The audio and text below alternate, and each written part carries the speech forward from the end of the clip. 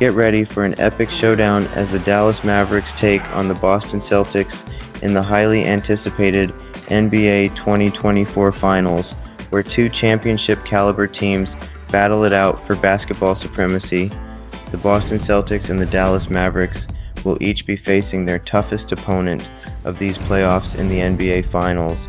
The Celtics have been dominant, losing just 2 games, the fewest for a finalist in the last 7 years, and outscoring their opponents by 10.8 points per 100 possessions, all while playing without Kristaps Porzingis for their last 10 games. However, their opponents have also been shorthanded, and none of them were as strong as the Mavericks, who have gone 36-14 since early February. Additionally, the Celtics have not yet faced a duo as challenging to defend as Lukadoncic and Kyrieirving. Here are some key numbers to know about the Celtics and the Mavericks as the NBA Finals are set to tip off. The basics. 1. The Celtics are the first team in the 28 years for which we have play-by-play data to statistically be the best team in the regular season, outscoring opponents by 11.7 points per 100 possessions, and in each of the first 3 rounds of the playoffs, plus 17.0 in the first round, plus 8.5 in the conference semifinals, and plus 6.3 in the conference finals. 2. The Celtics have outscored their opponents by 9.9 points per game from 3-point range, 4.1 points per game in the restricted area, and 6.1 points per game on free throws. These are the best differentials in the playoffs. 3. Lukadoncic has averaged 28.8 points, 9.6 rebounds, and 8.8 assists. If he maintains these numbers, he will become just the 3rd player to average at least 28 points, 8 rebounds, and 8 assists in at least 15 playoff games, joining LeBron James 2015-2018 and Nikola Jokic 2023. 4. The Mavericks are the only team in the last 3 postseasons with multiple wins, 2-3, in games where they trailed by at least 17 points.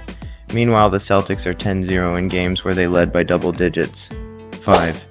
In the 22 years since the first round series changed to best of 7, 44 teams total, the Celtics 6-2 at home, 6-0 on the road, and Mavericks 5-3 at home, 7-2 on the road, are just the 5th and 6th teams to reach the finals with a better playoff record on the road than at home. Celtics offense. 1. The Celtics rank first in field goal percentage in the paint, 63.2% in the playoffs, but last in the percentage of their shots that have come in the paint, 42%. 2. They have taken 47.4% of their shots from 3-point range, the highest rate in the playoffs by a significant margin, and slightly higher than their league-leading rate in the regular season, 47.1%. 3. Jaylenbrown has shot 97 for 149, 65.1% in the paint, the best mark among the 16 players with at least 100 paint attempts, and an improvement from his 60.7% in the regular season. 4. Peyton Pritchard has shot 20 for 44, 45.5% from 3-point range, second best mark among 72 players with at least 25 3-point attempts in the playoffs. Jrue Holiday, 15 for 31, 48.4%, and Derek White, 36 for 76, 47.4%, ranked 2nd and 3rd, respectively, in catch-and-shoot 3-point percentage among the 45 players with at least 25 catch-and-shoot attempts. 5. Jaysontatum has shot just 20 for 60, 33.3% on pull-up 2-pointers, the worst mark among the 21 players who have attempted at least 25 such shots. Mavericks offense. 1. In the conference semifinals, the Mavs scored 18.5 more points per 100 possessions than the Thunder allowed in the first round. Then, in the conference finals, they scored 11.7 more points than the Wolves allowed in the conference semis. These marked the biggest jumps in scoring differentials observed in each respective round. 2. The Mavs lead the playoffs with an average of 4.6 corner 3-pointers per game, with 34% of their 3-point attempts, the second highest rate, originating from the corners. PJ Washington leads all individuals with 28 corner threes, just 5 shy of Bruce Bowen's record of 33 set in 2007, while Derrick Jones Jr. is tied for second place with 17. 3. They have retained 31% of available offensive rebounds, which is the 4th highest rate in the playoffs. This is an impressive improvement from their regular season rate of 25.7%, where they ranked 25th in the league. In fact, their increase in offensive rebounding percentage is by far the most significant improvement among playoff teams. 4. Lukadoncic, 31.3%, and Kyrieirving, 23.5%, rank 4th and 15th, respectively, in usage rate among the 52 players who have played at least 250 minutes in the playoffs. These figures represent a decrease from their regular season rates of 35.5%, second, and 27.4%. In fact, they've experienced the largest and third largest drops in usage rate among these 52 players. 5. Doncic leads the playoffs in both assists on three-pointers, 50, and assists on dunks, 49. His 49 assists on dunks are tied with Draymond Green's record in 2019, over 22 games played, marking the highest number of assists in the 28 postseasons for which we have play-by-play data. Celtics defense. 1. Boston's opponents have attempted just 14.5 free throws per 100 shots from the field, potentially setting the record for the lowest opponent free throw rate in NBA playoff history. Remarkably, the Celtics' 3 opponents have had 3 of the 4 lowest free throw rates in any series in NBA history. 2. Only 18% of their opponents' three-point attempts, the lowest opponent rate in the playoffs, have originated from the corners.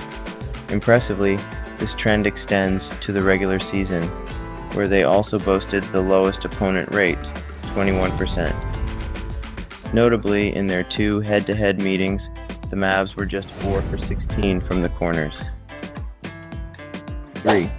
They rank second in defensive rebounding percentage, 77.0%, and have allowed just 8.3 second chance points per game, marking the lowest for any playoff team in the last 7 years.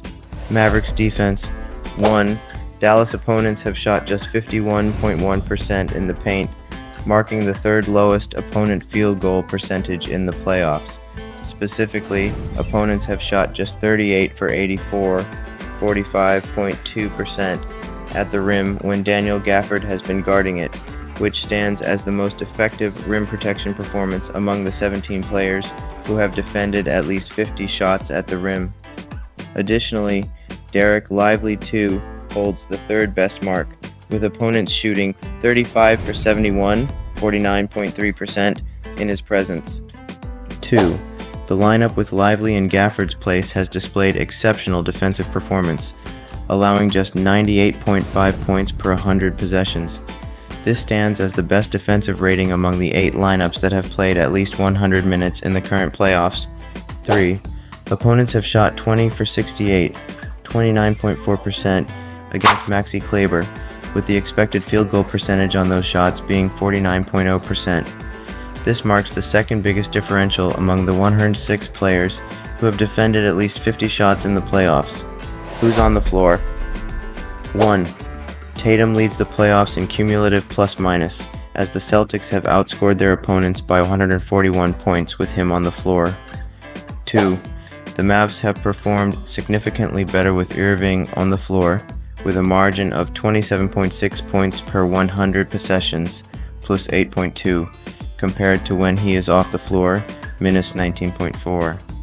This differential stands as the largest among the 52 players who have played at least 250 minutes in the playoffs.